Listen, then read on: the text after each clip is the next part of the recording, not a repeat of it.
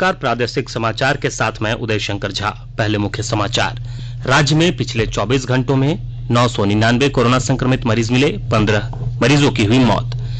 केंद्र सरकार ने कोविड महामारी से उत्पन्न स्थिति के बीच कुछ शर्तों के साथ फिल्म और टेलीविजन कार्यक्रमों की शूटिंग की अनुमति दी।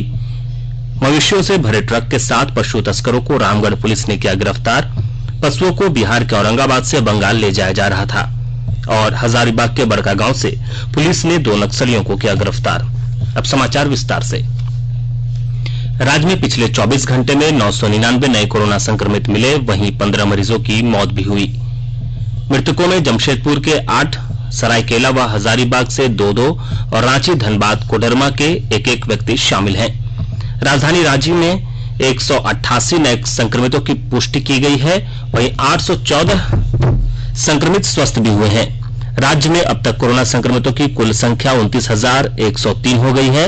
इनमें रामगढ़ जिले से 33, पूर्वी सिंहभूम से 150, पश्चिमी सिंहभूम से 81, बोकारो से 73, पलामू से 54, सरायकेला से 32, धनबाद से 30, जामताड़ा से 26, लातेहार और हजारीबाग से 23, गढ़वा से 22, गिरिडीह से 21, दुमका से 17, कोडरमा से 15, देवघर से 12, गोड्डा, गुमला, सिमडेगा और खूंटी से 11, पाकुड़ से 10, लोहरदगा से 8, साहिबगंज और चतरा से 5 नए मरीजों की पुष्टि हुई है। लोहरदगा जिले में कोरोना का संक्रमण लगातार बढ़ता जा रहा है। सिविल सर्जन की ओर से जानकारी दी गई कि आज जिले में अब तक कोरोना वायरस से 16 नए संक्रमित मरीजों की पुष्टि हो चुकी है। जिले में कुल कोविड-19 के अब तक 501 पॉजिटिव मामलों की पुष्टि हो चुकी है। अब तक 378 लोगों को पूर्णतः स्वस्थ होने और कोरोना जांच रिपोर्ट नेगेटिव आने के बाद अस्पताल से छुट्टी दे दी गई है। कोविड-19 की वजह से जिला में 2 मौतें हुई हैं। हजारीबाग जिले में कोरोना संक्रमित लोगों की लगातार बढ़ती संख्या और कॉन्टैक्ट ट्रेसिंग से लंबित मामलों को ससमय पूरा करने के उद्देश्य से उपायुक्त आदित्य कुमार आनंद ने स्वास्थ्य विभाग को निर्देश दिया और जांच की गति और दायरा बढ़ाने का निर्देश दिया। उपायुक्त ने सिविल सर्जन को 22 अगस्त से 5 सितंबर तक सघन जांच अभियान चलाने का भी निर्देश दिया। प्रतिदिन 550 सैंपल आरटीपीसीआर से, 500 सैंपल रैपिड एंटीजेंट से तथा 200 सैंपल ट्रूनेट मशीन से जांच करने का निर्देश दिया है। जिले में प्रखंड स्तर पर प्रभावी नियंत्रण और बेहतर समन्वय के लिए 3 अलग-अलग टीम का गठन किया गया है। मुख्यमंत्री हेमंत सोरेन ने धनबाद कोविड अस्पताल से गिरफ्तार युवक के शराब का सेवन करने के मामले को लेकर जांच करने का आदेश दिया है। मुख्यमंत्री ने धनबाद के उपायुक्त को इस मामले की जांच कर संलिप्त लोगों पर कार्रवाई करने के लिए निर्देश दिया है। मुख्यमंत्री के आदेश के बाद धनबाद के उपायुक्त ने अनुमंडल पदाधिकारी तथा अनुमंडल पुलिस पदाधिकारी को मामले की अविलंब जांच कर दोषियों के विरुद्ध कड़ी कार्रवाई करने का निर्देश दिया है। मुख्यमंत्री हेमंत सोरेन के ट्विटर अकाउंट पर एक तस्वीर साझा की गई थी, जिसमें धनबाद कोविड अस्पताल में युवक के हाथ में हथकड़ी लगी हुई थी। पिछले शुक्रवार को धनबाद के कतरास थाना क्षेत्र से पुलिस ने उस युवक को गिरफ्तार किया था और वह युवक कोरोना संक्रमित है। सूचना और प्रसारण मंत्री प्रकाश जावड़ेकर ने कोविड महामारी से उत्पन्न स्थिति के बीच फिल्म और टेलीविजन कार्यक्रमों की शूटिंग की अनुमति देते हुए इसके लिए आज मानक संचालन प्रक्रिया एसओपी की घोषणा की। श्री जावड़ेकर ने कहा कि फिल्म और टेलीविजन उद्योग देश के महत्वपूर्ण उद्योगों में से एक है, जिससे लाखों लोगों का रोजगार जुड़ा है। उन्होंने कहा कि गृह मंत्रालय और स्वास्थ्य मंत्रालय से विचार विमर्श के बाद मानक संचालन प्रक्रिया जारी की गई है। श्री जावड़ेकर ने कहा कि लॉकडाउन की वजह से देश के कई हिस्सों में फिल्म और टेलीविजन उद्योग पूरी तरह बंद हो गया था। कुछ राज्यों में आंशिक रूप से शूटिंग की अनुमति दी गई थी, लेकिन आज से केंद्र सरकार ने मानक संचालन प्रक्रिया के तहत देश भर में शूटिंग की अनुमति दे दी है। उन्होंने कहा कि एसओपी के तहत शूटिंग के दौरान सुरक्षित दूरी बनाए रखना तथा मेकअप और केश विन्यास करने वाले कलाकारों के लिए पीपीई सूट पहनना अनिवार्य बनाया गया है। कई लोगों द्वारा एक ही उपकरण का इस्तेमाल करते वक्त दस्ताने पहनना जरूरी किया गया है। Private school and children welfare association पासवा की ओर से कोरोना संक्रमण काल में शैक्षणिक व्यवस्था की गुणवत्ता बनाए रखने और स्कूल खोलने को लेकर राज्य सरकार की ओर से मांगे गए सुझाव पर वर्चुअल मीटिंग की गई। झारखंड इकाई के अध्यक्ष आलोक कुमार दुबे की अध्यक्षता में वर्चुअल मीटिंग हुई, जिसमें सुरक्षा के बीच स्कूल खोलने को लेकर पासवा के राष्ट्रीय अध्यक्ष सैयद शमायल अहमद के मार्गदर्शन में जूम ऐप के जरिए ऑनलाइन मीटिंग हुई। वर्चुअल मीटिंग में सभी 24 जिलों के एसोसिएशन से जुड़े पदाधिकारियों, अभिभावकों और बुद्धिजीवियों ने हिस्सा लिया। वर्चुअल मीटिंग के दौरान अधिकतर अभिभावकों ने सोशल डिस्टेंसिंग का पालन करते हुए कक्षा 9 से 12 बोर्ड की पढ़ाई शुरू करने का सुझाव दिया।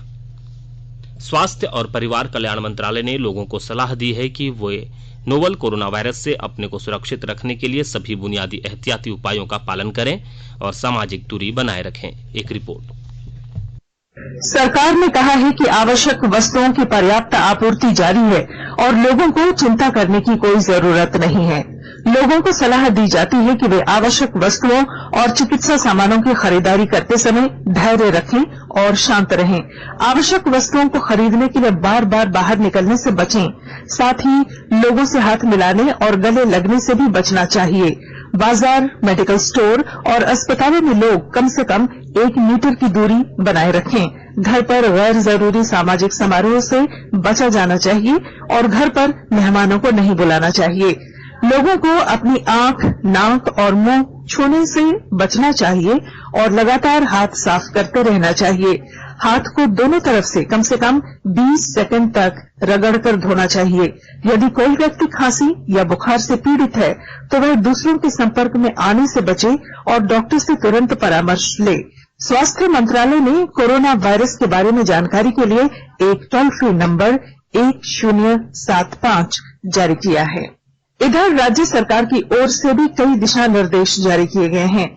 इस सिलसिले में सरकार ने हेल्पलाइन नंबर 181 जारी किया है। सरकार ने कहा है कि कोरोना वायरस से संदिग्ध तौर पर संक्रमित कोई व्यक्ति पाया जाता है तो इसकी सूचना 0651 जो रांची का कोड है और टेलीफोन नंबर 2261-000 तथा 2261-002 के अलावा फैक्स नंबर 2261-856 और मोबाइल नंबर 9955837428 पर दी जा सकती है। आकाशवाणी रांची भी आपसे अपील करता है कि कोविड-19 के संक्रमण से बचने और अन्य लोगों को सुरक्षित रखने के लिए कृपया घर पर ही रहें और सरकारी दिशा निर्देशों का पालन करें। आकाशवाणी के ताजा तरीन समाचारों के लिए आप हमारी वेबसाइट newsonair.com पर लॉग इन कर सकते हैं। ताजा समाचार ट्विटर @AIR न्यूज अलर्ट्स और Facebook page all India radio news पर भी उपलब्ध है। आप प्रादेशिक समाचार एकांश के Twitter account @AIR news _Ranchi और Facebook page AIR news Ranchi के अलावा YouTube channel regional news unit Ranchi पर भी हमारे बुलेटिन सुन सकते हैं। प्रादेशिक समाचार आप आकाशवाणी रांची से सुन रहे हैं। गोड्डा जिले में कालाजार को लेकर विशेष अभियान जिला प्रशासन की ओर से चलाया जा रहा है। जिले के विभिन्न स्थानों पर कालाजार के मरीजों की जांच की जा रही है। पेश है हमारे गोड्डा संवाददाता की रिपोर्ट।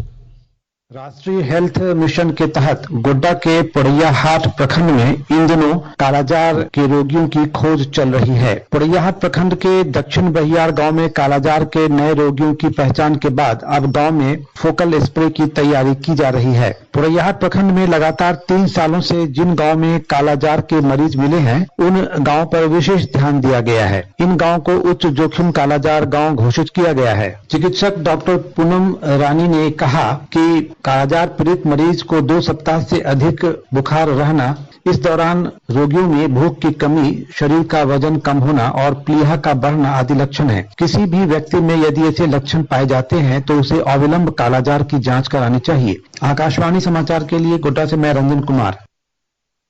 भाजपा के वरिष्ठ नेता एवं पूर्व मुख्यमंत्री रघुवर दास के निवास स्थान पर आज जमशेदपुर ग्रामीण कांग्रेस के कार्यकारी जिलाध्यक्ष मनोज सरदार एवं अनुसूचित जाति मोर्चा के ग्रामीण जिलाध्यक्ष रंजीत राम भाजपा में शामिल हो गए।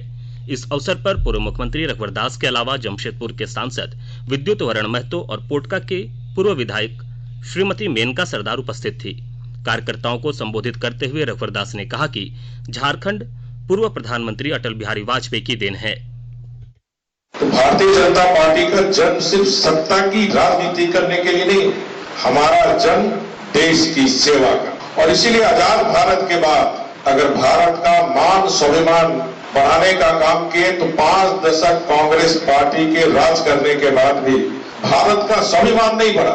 जब श्रद्धेय अटल बिहारी वाजपेयी जी देश के प्रधानमंत्री, ये जो झारखंड आज हम देख रहे हैं, ये श्रद्धेय अटल बिहारी वाजपेयी की देन है। न सिर्फ एक राज्य बल्कि छत्तीसगढ़ और उत्तराखंड, 3 राज्य श्रद्धेय अटल बिहारी वाजपेयी जी ने दी थी। वहीं विद्युत मरण महतो ने कहा कि ग्रामीण क्षेत्रों में कांग्रेस, जेएमएम और राजद में हेमंत सरकार को लेकर असंतोष व्याप्त है। लोगों का काम नहीं हो रहा है, रोजगार नहीं मिल पा रहा है। रामगढ़ जिले के रजरप्पा पुलिस ने बिहार से पश्चिम बंगाल जा रहे 44 अवैध पशु सहित एक ट्रक को जब्त कर 2 पशु तस्करों को गिरफ्तार किया है। गिरफ्तार ट्रक ड्राइवर और खलासी ने पुलिस के सामने यह स्वीकार किया है कि ट्रक में लदे सभी पशुओं को औरंगाबाद से बंगाल के बाजार में बिक्री के लिए ले जा रहे थे। कार्रवाई की जानकारी देते हुए मुख्यालय डीएसपी प्रकाश सोय ने बताया कि गुप्त सूचना मिली थी कि मवेशियों से भरा ट्रक बिहार से बंगाल, गोला या रांची के सिकिदरी घाटी होते हुए बंगाल ले जाया जा रहा है। इस सूचना के बाद रात में ही 2 टीमें गठित की गई। गिरफ्तार दोनों आरोपियों को जेल भेज दिया गया है। हजारीबाग के बड़कागांव थाना क्षेत्र से पुलिस ने प्रतिबंधित संगठन पीएलएफआई के 2 नक्सलियों को गिरफ्तार किया है। गिरफ्तार रितेश गुप्ता एवं अशोक गंझू पर लेवी और रंगदारी मांगने का आरोप है। बड़कागांव में एनटीपीसी के लिए कार्य कर रहे त्रिवेणी सैनिक कंपनी में लेवी और रंगदारी मांगने का मामला सामने आया था, जिस पर कार्रवाई करते हुए पुलिस ने गिरफ्तारी की है। पुलिस उपाधीक्षक ओम प्रकाश ने बताया कि रंगदारी लेने हेतु इन दोनों द्वारा त्रिवेणी कंपनी के महाप्रबंधक और मुख्य सुरक्षा अधिकारी को जान से मारने की धमकी दी थी।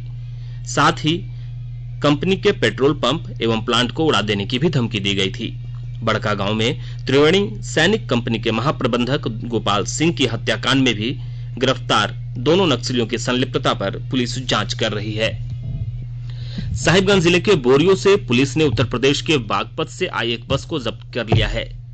बस पर बोरियो से गन्ना मजदूरों को लेकर वापस जाना था, लेकिन मजदूरों और गन्ना के कारोबार में शामिल लोगों के बीच लेन देन को लेकर विवाद हो गया। मामला पुलिस तक पहुंचने पर पुलिस ने बस को जब्त कर लिया। झारखंड सरकार ने बाहर जाने वाले मजदूरों का निबंधन कराकर ले जाने का निर्देश दिया है, लेकिन इसका अनुपालन नहीं हो रहा था।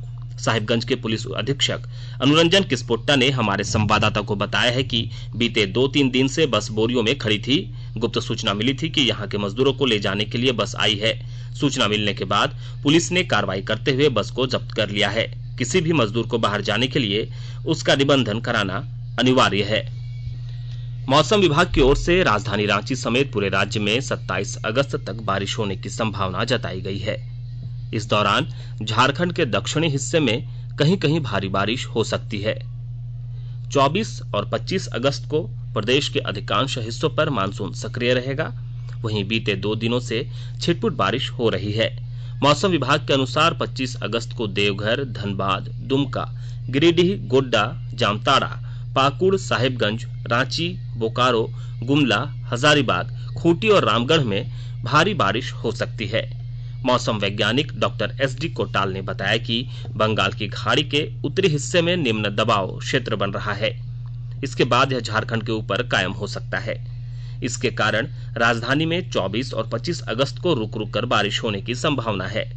बंगाल की खाड़ी में बन रहे निम्न दबाव के प्रभाव से कल से 28 अगस्त तक राजधानी समेत पूरे राज्य में अच्छी बारिश के आसार हैं।